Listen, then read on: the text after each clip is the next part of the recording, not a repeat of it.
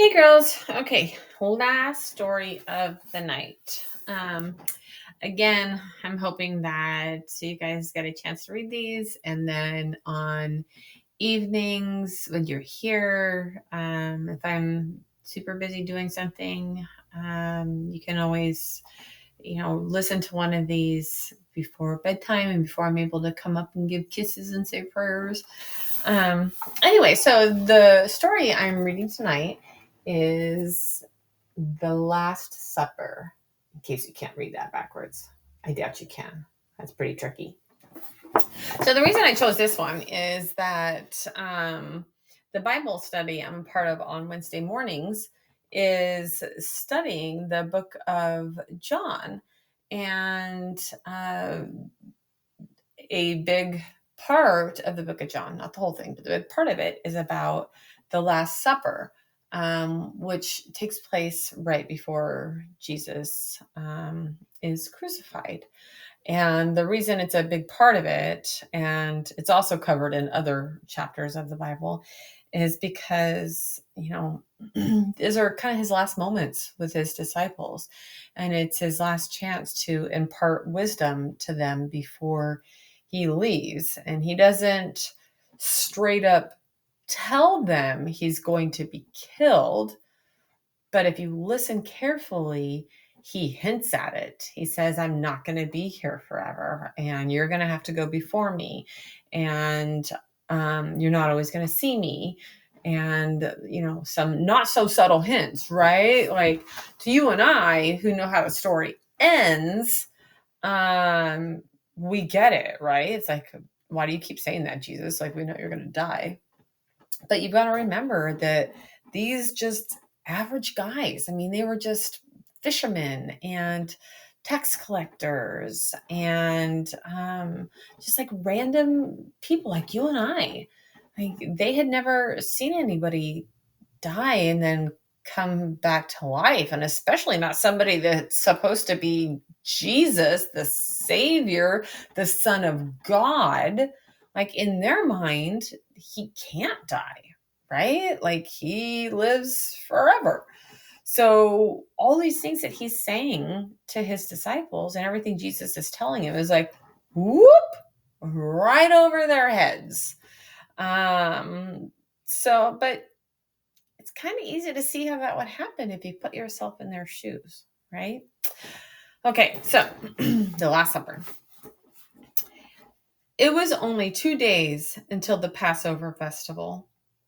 The chief priests and the leaders were more afraid of Jesus than ever, and they met to figure out how they might have him arrested and put to death. We cannot harm him during the festival, they said, for the people will riot. Then Judas, who is one of the disciples, went to the priests. What will you give me if I help you capture Jesus?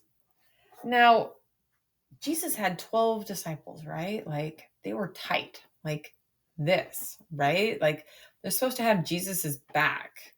And Judas, one of his like besties, is conniving and working with the people that are trying to kill Jesus. Like, that's awful, right? They counted out 30 silver coins and gave them to Judas, and he began planning when to hand Jesus over to them. On the first day of Passover, it was custom for Jews to celebrate with a special supper. Go into Jerusalem, Jesus told Peter and John. There you will meet a man carrying a pitcher of water. Tell him, the master says we are to keep Passover at your house. Then he will show you a large room. You can prepare it for us. Peter and John found everything as Jesus had said they would, and they prepared the Passover meal. At sundown, Jesus came to the house with the other disciples. He knew that this was his last supper with them, here on earth. And he wanted to tell the disciples many things. Before the meal began, Jesus tied a towel around his waist and filled a basin with water. Kneeling before each of the disciples, he washed their feet. When it was Peter's turn, the disciple refused.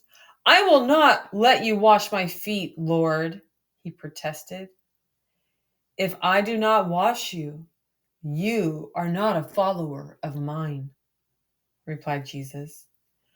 Then wash my feet and my hands and my face as well, Lord," Peter said. I think he felt a little bit guilty by being called out by Jesus. So he kind of like overcompensated. He's like, "Okay, then fine, do it all, do it all." When Jesus had washed the disciples' feet, he sat down at the table. Before we go any further, here's a really good picture of Peter and the other disciples and Jesus washing his feet. So a little side note, in that time when Jesus was alive, washing someone's feet was very humbling. It was actually only servants or slaves were supposed to wash people's feet. It was kind of like above people of normal society. So for Jesus to do this was an act of humility, of kindness, and servitude. Like he put himself below the disciples to demonstrate how you're supposed to serve others. So anyways, remember I told you like Jesus kind of keeps showing them glimpses of things? This is an example of one. When Jesus had washed the apostles' feet, he sat down at the table. "Do you understand what I did?" he asked. "You call me master, which is right, for that is what I am. But I have acted as a servant to you, and you must act this way to one another. I have set an example for you to follow." The 12 apostles sat down at the table with Jesus. Suddenly he looked up at them, his face filled with pain. "I tell you," he said, "one of you is going to hand me over to my enemies." Do you remember the name of the person that betrayed him? Remember we heard about him earlier? It's okay if you don't. His name will come up again. "Do you mean me, Lord?" they asked one after the other. So they were all concerned that it was going to be them. So Jesus said, "It is someone who is dipping his bread into the bowl with me tonight. It is written that this will happen, but it would be better for the man who does it if he had never lived." "Master, can you mean me?" Judas asked. "The words are yours," said Jesus. So it doesn't say this in the story, but in the Bible, it says that Satan entered into Judas, and Jesus stops and looks directly at him and tells him, "Go do what you're going to do." So I think at that point, he wasn't even talking to Judas. He was talking to Satan and telling Satan, he's like, "Get out of here. I know what you're going to do. Like, I know your plan. I'm God, but go do what you're going to do." And I think it's not that Jesus wanted to be turned over, and it's not that he wanted to be crucified, but he knew that that was his task that he was sent to earth for, right? That the crucifixion is what it was all leading up to. And God needed Satan to play a part in that so that Jesus could save the entire world. So I also kind of like to think that even like in Jesus' final moments, he was still bossing around Satan and telling him what to do, right? Okay, so then they ate their supper. Taking some bread, Jesus blessed it and gave it to the apostles. "This is my body," he said. "Eat of it." Next, he took a cup of wine and gave thanks to God for it. He passed it to all the apostles. With these words, "Drink from my cup. This is the cup of my blood, which will be shed to forgive all of the sins of all of the men. As the supper ended, Jesus gave the apostles his final message. Tonight, I am going where you cannot follow. I want to leave you with a new commandment. Love one another. If you do this, everyone will know that you are my followers. Supper was finished, and they all sang a song, a Passover hymn, before going out into the night. Together, they went to the Mount of Olives. So there's actually more to the story. It's a pretty long one because it's a pretty critical story in the Bible, right? But I'm going to stop here. Before I get it, I'll do one more. I'm going to finish the story. The Mount on of Olives. It's the most powerful sermon that Jesus probably ever gives. So I don't want to rush over it. But I want to point out this one line in case you didn't catch it. I want to leave you with a new commandment. Love one another. If you do this, everyone will know you are my followers. So, the golden rule, do unto others as you would have do unto you.